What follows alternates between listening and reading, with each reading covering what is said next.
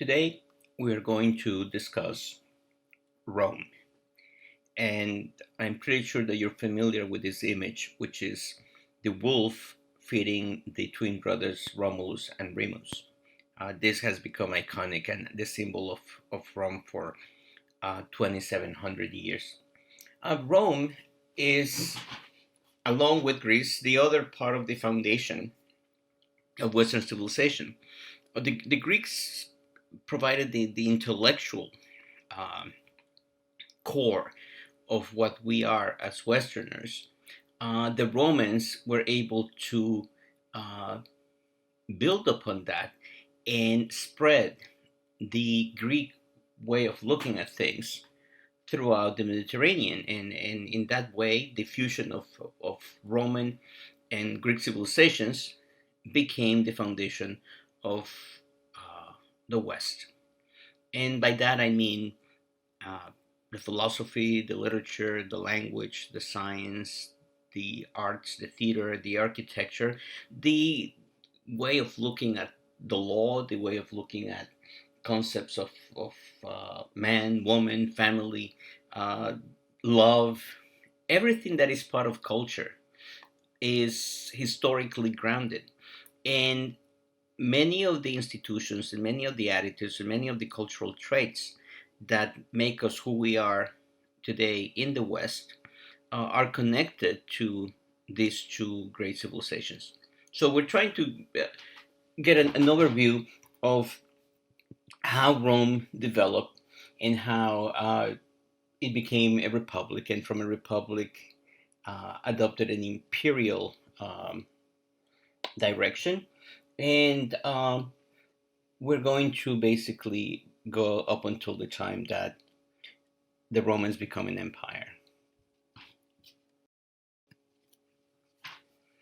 We're going to start with the early period of Rome, and actually, we're going to start outside what today is Italy. This is the area of Central Europe. Where the Hallstatt culture developed between 800 and 500 BC. This is a it's a Germano-Celtic culture. We don't really know the ethnicity, but we think that they are the ancestors of the Celts and the Germanic tribes. But when we talk about the culture, and I've discussed that before, we're talking about um, material evidence of the lives of the humans who belong to that group. So in this case, we're talking about the type of tools, the type of weapons, the kind of lifestyle that these people follow. This is an Iron Age civilization, meaning that they had developed the use of iron. Warrior societies, and we know that from Central Europe, this culture spread across the Alps that you see in the lower part of of this slide, and they began to settle in what today would be northern Italy. So they had an impact there over several centuries. Another early culture that developed in Italy, and this is uh, part of it in the north, but here we're moving a little farther south in the green areas. It's the Villanova culture. Again, this culture produced iron. They were farmers, and we believe that this Villanova culture is the ancestor of some of the peoples who eventually became historically recorded in that area. The thing that you have to keep in mind is that the ethnic and linguistic composition of Italy prior to Rome was very, very diverse, and it had many, many, many currents. If you look at this map, this is a map of the early Italic peoples. And as you can see, you have many, many different groups. And these groups are really connected to the language that were spoken there. Now, let's start from the bottom. And you see the island of Sicily, and you see the tip of the boot, right? That orange area, those were Greeks, and those were um, colonists. when we discuss Greek civilization, we saw how after 750 BC, you start to see the settlement of Greeks. And that area became thoroughly Hellenized, meaning that the culture, the language, everything was thoroughly Greek. Now, in Sicily, you see the center, those were the Sicils. The Sicils were the original inhabitants. Some people think that maybe they are connected to the Shekelesh, who were one of the sea peoples who were responsible for the crisis of the first millennium, but we're not sure. But it's a possibility. Sicils are very, very old, and they go back to prehistoric times in Italy. And then you see other groups. You see the Oscans, you see the Massapic groups, you see the Etruscans, you see the Venetic, the Ligurian, the Lepontic, the Rhetic, Faliscan. And then in the center, it's a little gray area, you see the Latins.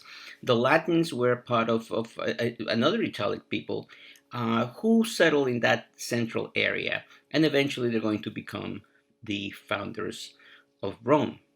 Uh, the Latin speaking peoples were Indo European, but there are many other groups there who were not Indo European, and we are not sure about their origins in some cases.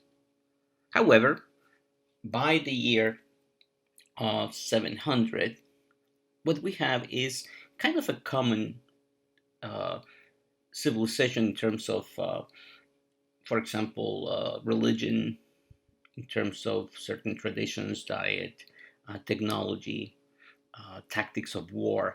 You see some, I wouldn't say uniformity, but there are definitely some commonalities among all the people who live there. The first real civilization in Italy was the Etruscan civilization. They emerged around 800 BC, and they last way into around 250 BC. That's after the Roman Republic had already become the dominant power in the area. Uh, they um, they developed city states that were connected through a confederation, and they extended their influence of north of Tuscany into this area that you see that is shaded in, I don't know, it's a dark, not a darker, lighter green. Uh, that area was inhabited by Celtic tribes, and to the south you have people like the Latins who are also under the control of the Etruscans. The Etruscans are going to be heavily influenced by Greek civilization, and they had a significant network of trade with the Greeks and throughout the Italian peninsula. Now, the Etruscans were very uh, skilled artisans. Here you see a beautiful gold ornament. And I just want to call attention to the symbols that you see there, because you might notice that there are swastikas, right? And swastikas are an interesting symbol because they are very, they're present in many of the ornaments of Indo-European peoples from very, very early times. You see it in Mycenaean pottery, you see it in early Greek pottery, you see it obviously in Central Asia. They become sacred symbols in India with the invasion of the Aryans. And you will see it as in many ornaments among not only the Etruscans but other Italian people. So we know that there is some Indo-European connection to that symbol. The symbol has obviously spiritual, perhaps, or religious meanings, uh, and stylistically, it is incorporated in many decors, and it has nothing to do with the unfortunate present day associations with Nazism. That's something that is really modern and has and it was and is in no way connected to the meaning that it had for ancient societies. And I just wanted to make that clear, because sometimes you may see in Indian shops that there are actually this jewelry with swastikas, and I don't want you to think that, oh, those people are Nazis. No, they are actually the swastikas are part of an old tradition in Hinduism and Buddhism, which is connected to the Indo-European peoples many thousands of years ago.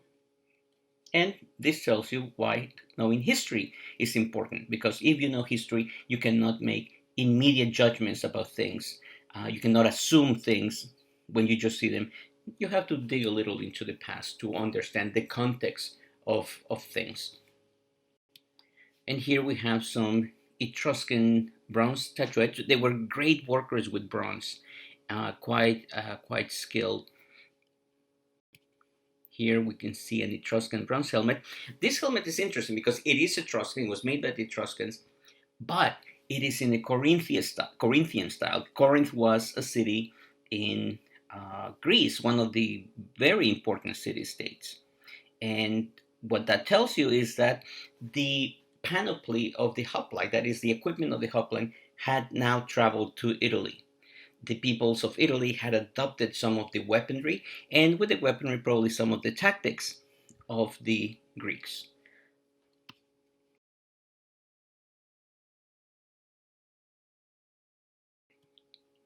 And this right here is an example of Etruscan tombs. There are many of those in Tuscany. Unfortunately, over the decades, actually centuries, I would say, because they are easily identifiable, very often they were the targets of tomb robbers. So most of these tombs have been pillaged, and a lot of the treasures that they contain have been destroyed or stolen. And right here you see a very beautiful example of a sarcophagus of a couple. And what is made in terracotta. What is striking about this and some of the other art of the Etruscans is that there's a very how would I put it, realistic element to it. There's an element of humanity. It captures the personality of the individuals. You look at this and you can see this quite touching. It's a couple that husband and wife, very close. It's a very nice, very intimate image of the two of them. And it's when you look at these things, is that all of a sudden you can travel 2,500 years back in time and you find a connection to those people, because as different as their lives and their societies and their customs and their values were, there are some things that they did have in common with us. The love between the husband and wife obviously display in this beautiful piece of art. The Etruscans produced a writing system, and it was actually adapted from the Greek alphabet. So it was not original. It was an adaptation of the Greek alphabet, which in turn was an adaptation of what? The Phoenician alphabet. And here you see the an inscription. Unfortunately, we don't know what it means. Etruscan inscriptions are really interesting because we know how to pronounce them, and that's because of some Roman sources. So you can actually read them out loud, and but you don't understand what you're saying. Only a few words are actually intelligible. And right here you can see the comparison between the Greek, the Etruscan, and later the Latin alphabets. The Etruscans are very important because they established city-states. It was kind of a confederation in which together they dominated non-Etruscan peoples, especially in central Italy. So from Tuscany, which is a little in the northern central part, they extended south and they imposed their rule over other tribes, and in some cases over cities. The way in which they did that is often installing an Etruscan dynasty as the ruler of those cities. So it is in this context of this Etruscan confederation that Rome emerges. Year one for Rome was our year 753 BC, that is 753 years before the birth of Christ. And the city of Rome was founded by a group of people called the Latins. Latins were a tribe, an Indo-European tribe that lived in central Italy, in an area that is called Latium, and today it's called Lazio in modern day Italian. The city was built upon 7 hills, and there's a reason for that. If you see to the left, there's a river. That's the river Tiber, and the Tiber overflows, but also it kind of drains in this area, and that means that the areas between the hills that you see in that are light shaded, that was very swampy, and especially during the rainy season, it became impassable. So the seven hills became the area where Romans lived. Eventually, the marshes were drained, and a wall was built around. You see that in red. But that river is extremely important, and I'll show you why. This is a map of Latium, the general area where Rome was founded. And to the north, you see the Etruscans. To the north, I guess northeast, you have the Sabines. Then you have the Equians, Marcians, Hercynians, Volscians, Aurusians. Some of these people were Latins, others were not. So that meant that they spoke different languages. But if you look at this Rome is located in the center of Italy. If you look to the northeast of Rome, there are hills. Those are the Apennine Mountains. And they are very difficult to traverse, not only because of the terrain, but because they were inhabited by tribes. So that made them also dangerous. So if you want to travel from the north, which is pretty developed, the Etruscans have many cities, and these cities are highly developed. If you want to go from the north to the south, and you don't see the other part, but to the area where Greeks have built cities, the only way to go is through this corridor along the coast. And of course, at one point, you have to cross the Tiber. And on the previous frame, uh, the map shows an island. This called the island of the Tiber. And very early on, the Romans built a bridge connecting that island to both sides of the river. Location, location, location, right? That's what real estate people say when they talk about value of homes. Well, Rome was in a perfect location. It was at the center of the trade between the Etruscans and the peoples of the south, including the Greeks. And early on, the Romans were under the rule of Etruscan kings. Now, as we move to the south, we see that there are many other tribes that were also in the process of coalescing into city states. The Sabines, the Pelgini, the Marsi, the Sancti, the Oshi, the Lucani. These people are called Oscans because they speak an Oscan language. Another group that is very important, and they were neighbors to the Romans and very often fighting with them, are the Samnites. And here you see an artistic reproduction of what their equipment looked like. Obviously, they have borrowed this from the Greeks, this big hoplon shield. But as you can see, they don't have spears, they have javelins. So a spear is something that you use in close combat. A javelin is something that you throw at the enemy. That's going to become very typical of the weaponry of the Romans. The Romans are actually very adaptable when it comes to the utilization of weapons. And the Roman equipment will become a mixture of different pieces of equipment that come from different cultures. So here you see that they have uh, chest plate, they have greaves, which are the shin guards, and they have helmets that cover most of their face. And this is another group of Samnites, uh, again showing uh, the javelin, but others have spears. There's a fellow who has only protection on one leg, and you wonder why. Well, usually because that's the leg that you put forward. This stuff was very expensive, so it probably would not have been unusual for these warriors to say, you know what, I'll save a little money and I'll just get one of them because that's the one that I need to protect. And then to the right, you see, interesting, this Samnite warrior with a shield that has also swastikas, but these ones are inverted. And by the way, this is based on real information that we have. So these are some of the peoples that surrounded and interacted with the Romans, and all of them contributed to what Rome became later. All great empires begin with a legend, and there are many early legends surrounding the foundation of Rome. The first one is connected to the war in Troy. If you remember, the war in Troy is that war where the Greeks went to Troy to rescue Helen, who had been kidnapped by Paris, the son of the king of Troy, and ended up with the destruction of the city. And probably you've heard about the whole story of the Trojan horse.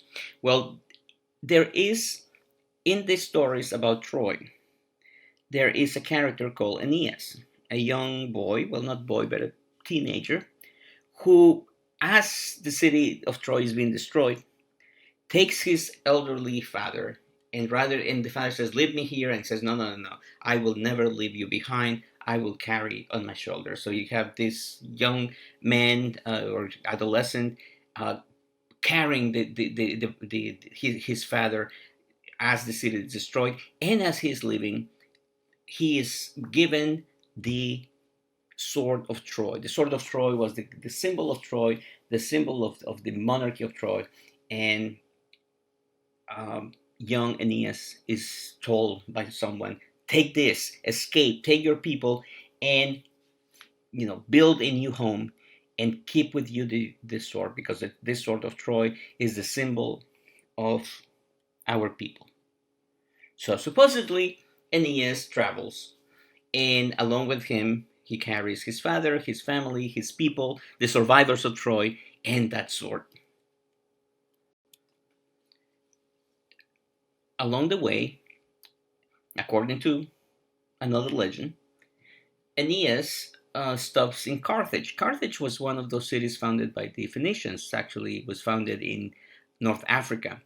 And the queen of uh, Carthage, Queen Dido, falls in love with Aeneas, and tells Aeneas, please stay with me, and you can be my king. But Aeneas knows that he has a mission, and his mission is to find a new home for his people, so he leaves her behind.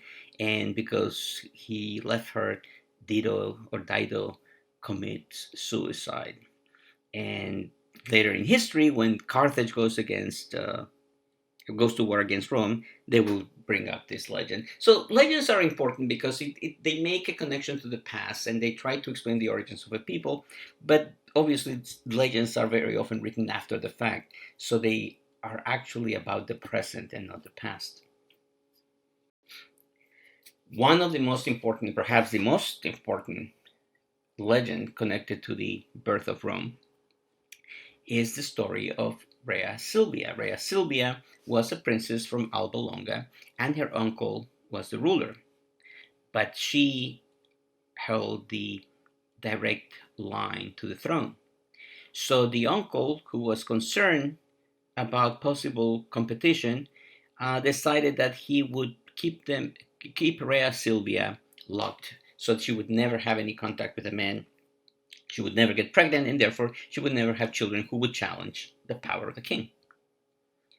But while she's under lock and key, the god Mars, the god of war, is going to materialize, and he is going to have intercourse with her, and she will become pregnant. When the uncle of Rhea Silvia finds out, he's very angry. So she gives birth, and it turns out that she's not expecting one child, but two children, two boys. So the two boys are going to be taken away from her, and they're going to be left in the wild to die. However, a female wolf who had just given birth to her wolves, but the wolves had died, is going around, and the female wolf finds the two babies and nurses them until the babies are rescued. And here we have a painting of the two babies, who are called Romulus and Remus, rescued by the shepherd Faustulus. So Faustulus is the one who will raise the two babies. And of course, these babies who have royal blood are destined to be great rulers. So as they grow up, they became not so much rulers as they become semi-bandits, I would call them. They're cattle rustlers. There's a group of men who steal cattle, and at one point they decide that they want to build a city. So as they're building the city, Romulus and Remus are having an argument over what the name of the city is. So in the argument, Romulus kills his brother Remus, and therefore the city that they build is going to be called Roma after Romulus. So Romulus and his men, the Romans, now have a city. Unfortunately, they don't have. Uh, there are no women, so how can you build an empire? How can you build a people, a nation without women? So very close to them, there was a group of people called the Sabines. It was another tribe.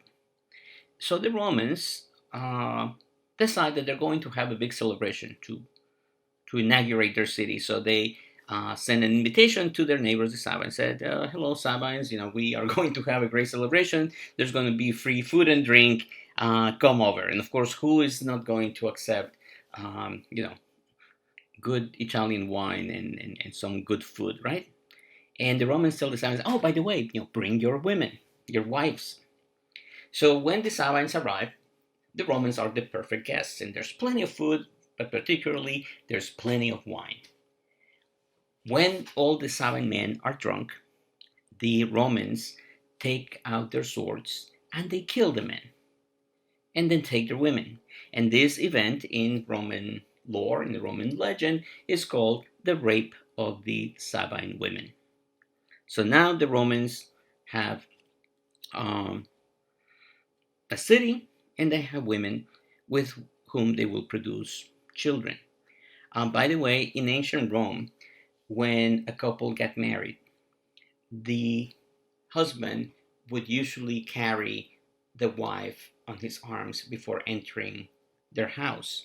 And that was reminiscent of the rape of the Sabine women, which is an interesting custom that sometimes is still practiced, right? When couples get married, they carry the bride through this threshold. Of course, what is going to be the result of this? War with the Sabines, right? Because there are obviously other Sabines. So the war between the Sabines and the Romans becomes a permanent thing. And in the next frame, we will see what happens. After years of fighting, one day in the middle of the battle, the Sabine women come out with their babies and throw the baby. They separate the two groups and they throw the babies in the middle of the field. And they say, "You know what? You hate the Romans so much, and you hate the Sabines so much. Why don't you do something? Kill these babies, because these babies are half Roman and half Sabine. Kill them, because that's what you hate." And the two groups realize that they shouldn't be fighting, and they make peace. And together they will build an even more powerful Rome. There is also the legend of the Horati. These are three brothers, they're triplets. This is when Rome was fighting against another Latin city called Alba Longa. And at this point, they were under the threat of an Etruscan invasion. So the leaders of Alba Longa and the leaders of Rome decided that rather than fighting a battle, they would select three champions, and whoever won would become the master of the other city. So the Horati were the three brothers who swear an oath that they will fight until their deaths for Rome. So the combat starts between the Horati and the Curiati, who were the three fellows from Alba Longa. And they're fighting, and some of them get wounded. Eventually, two of the Roman soldiers die. So there's only one left, and three of the Curiati, but some of them are wounded.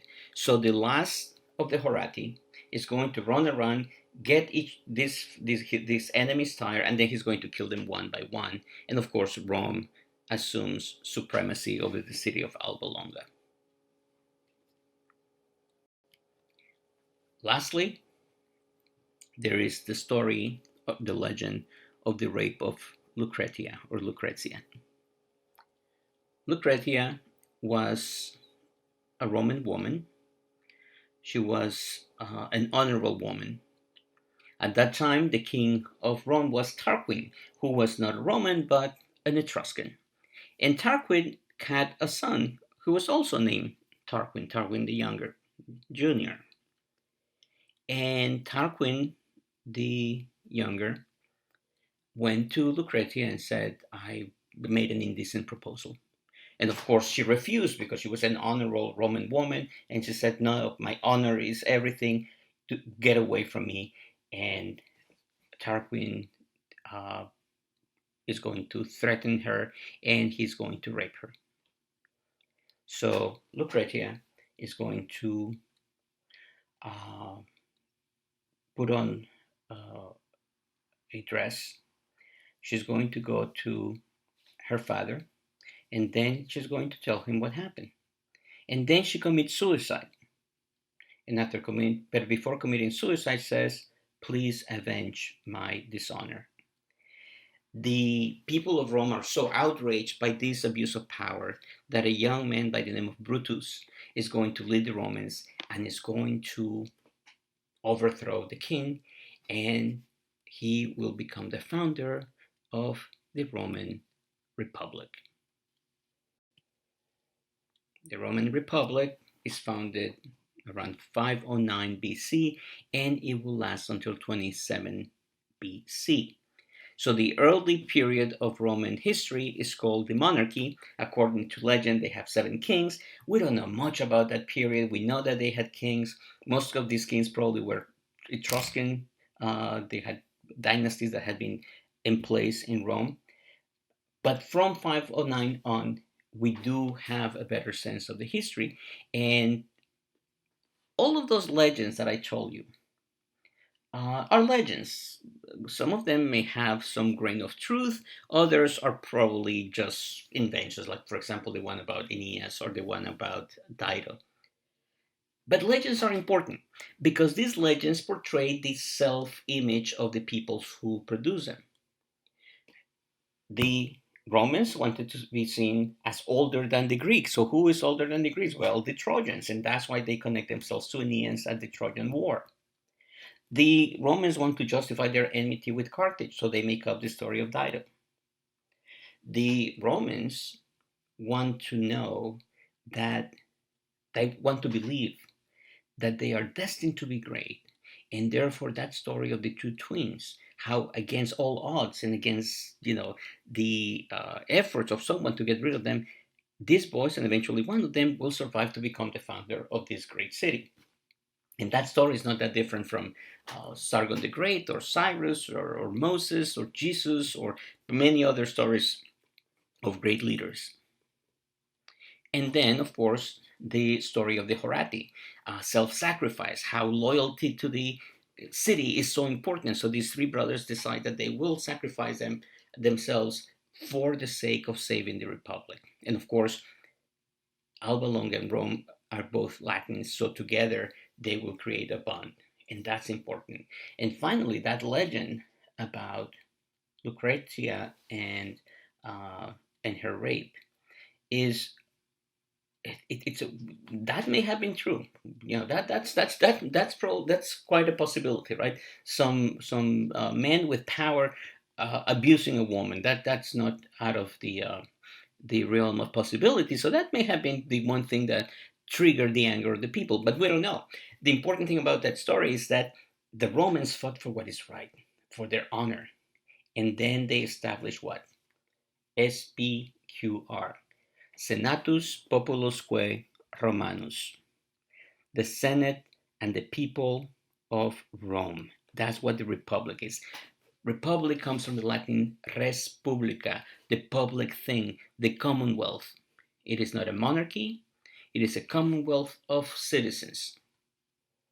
And if you go to Rome today, you will see these SPQR everywhere, the symbol of the Roman Republic.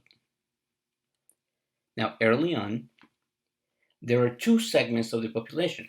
There are the patricians and there are the plebeians or the plebs. The patricians were the very wealthy Romans who controlled the republic.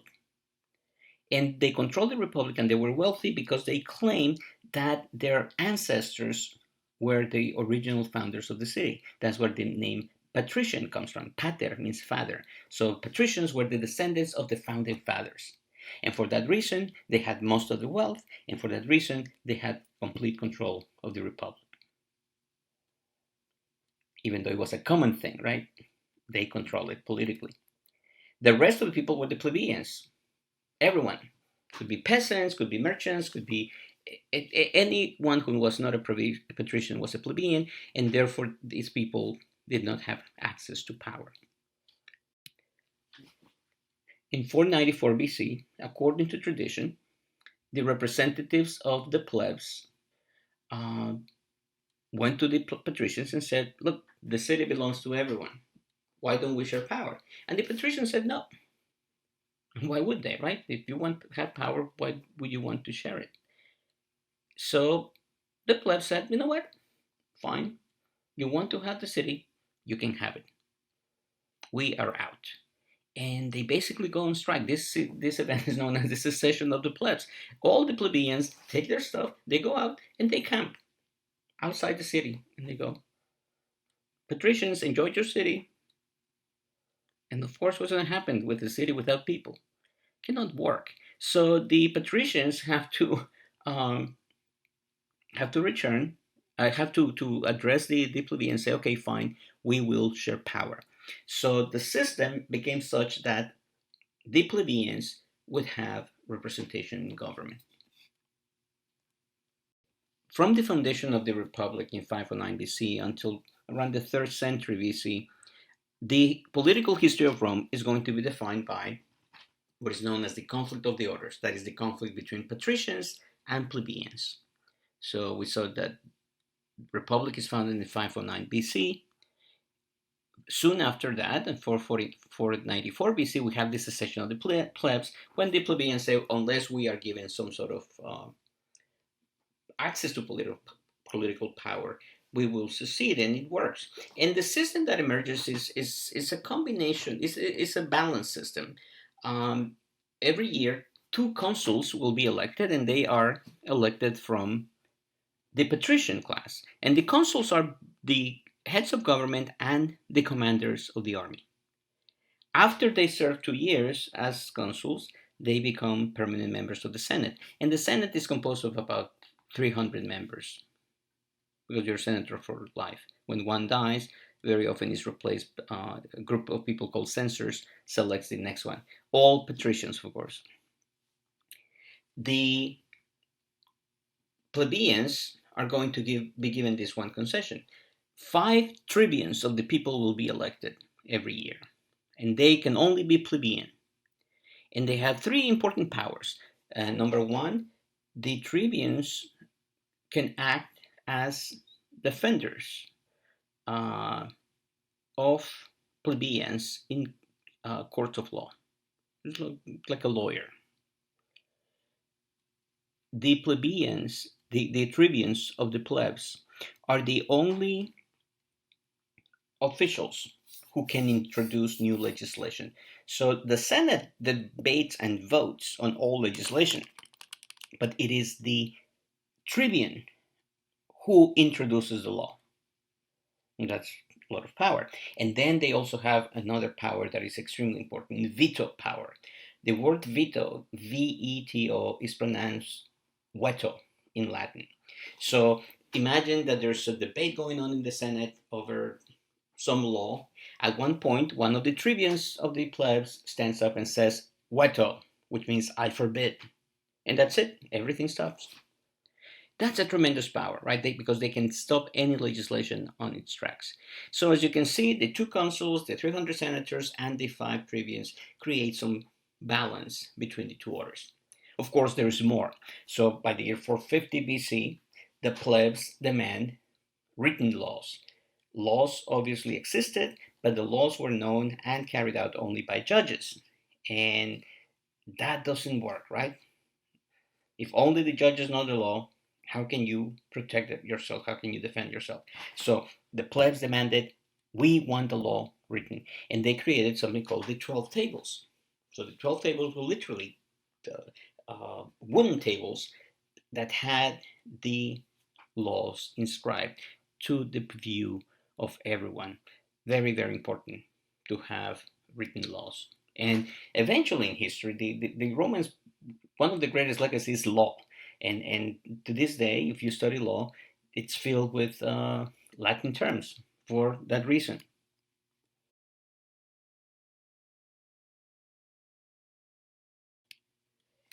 Then you have a series of laws that are very important because they start to integrate the two groups. The term lex means law in Latin. So all of these laws have the name of lex with the person who, either the consul or the tribune who introduced the law. So 445 BC, you have the lex Canuleia. And that's very important because it allows marriage between patricians and plebeians.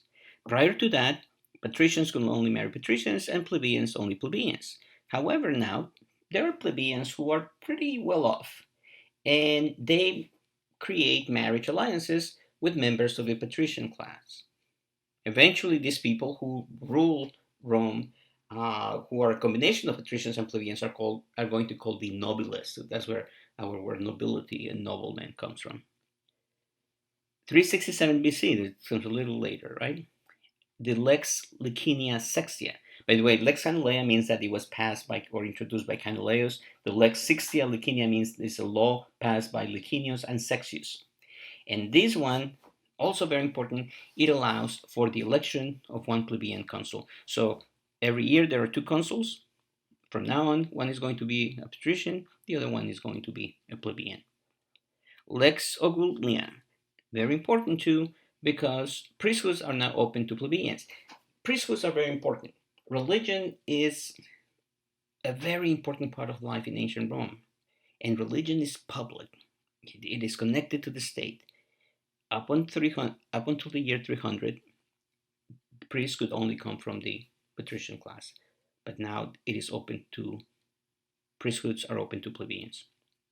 And then extremely important law, Lex Hortensia, makes the rulings of the assembly binding on all citizens. There was an institution in the Roman Republic called the Assembly of the Plebs, or the Assembly of the People. They were able to pass laws, but the laws that the Assembly of the People passed was binding only on the people, only on the plebs, not on the patricians. After the Lex Hortensia was passed in 287 BC, the assembly can pass laws that are binding on every citizen. And by the way, there's something I haven't mentioned yet. Who is a citizen? A citizen is a male who is the son of a citizen and who serves in the army. It's very important.